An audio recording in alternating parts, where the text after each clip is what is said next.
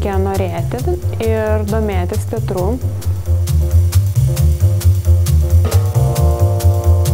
Jie atlieka tokius nekaltus, sakytume, vaidmenis. Jie atranda teatrą tarsi pirmą kartą.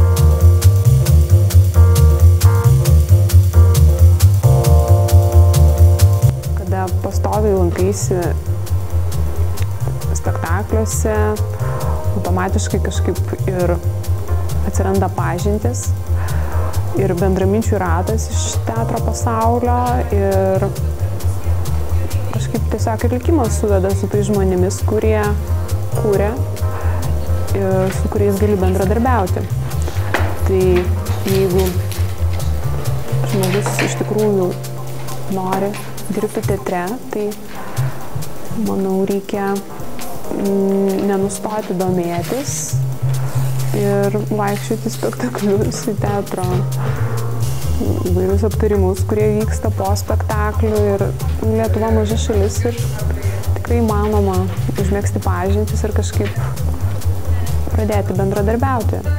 Visada galima pačiam pasisiūlyti, nes iniciatyva visada vertinama.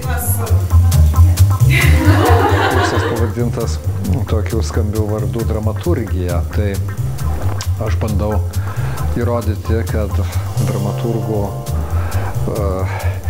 gali būti faktiškai kiekvienas, bet kita vertus labai aiškiai stengiuosi parodyti, kad šiuolaikiniam teatre dramaturgas nėra svarbiausias veikėjas.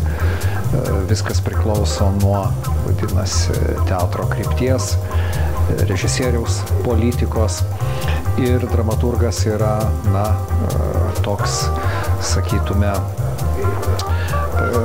labiau netgi techninis darbuotojas, padedantis trupei, aktoriams, režisieriui eiti tą kryptim, kuri jiems atrodo svarbiausia.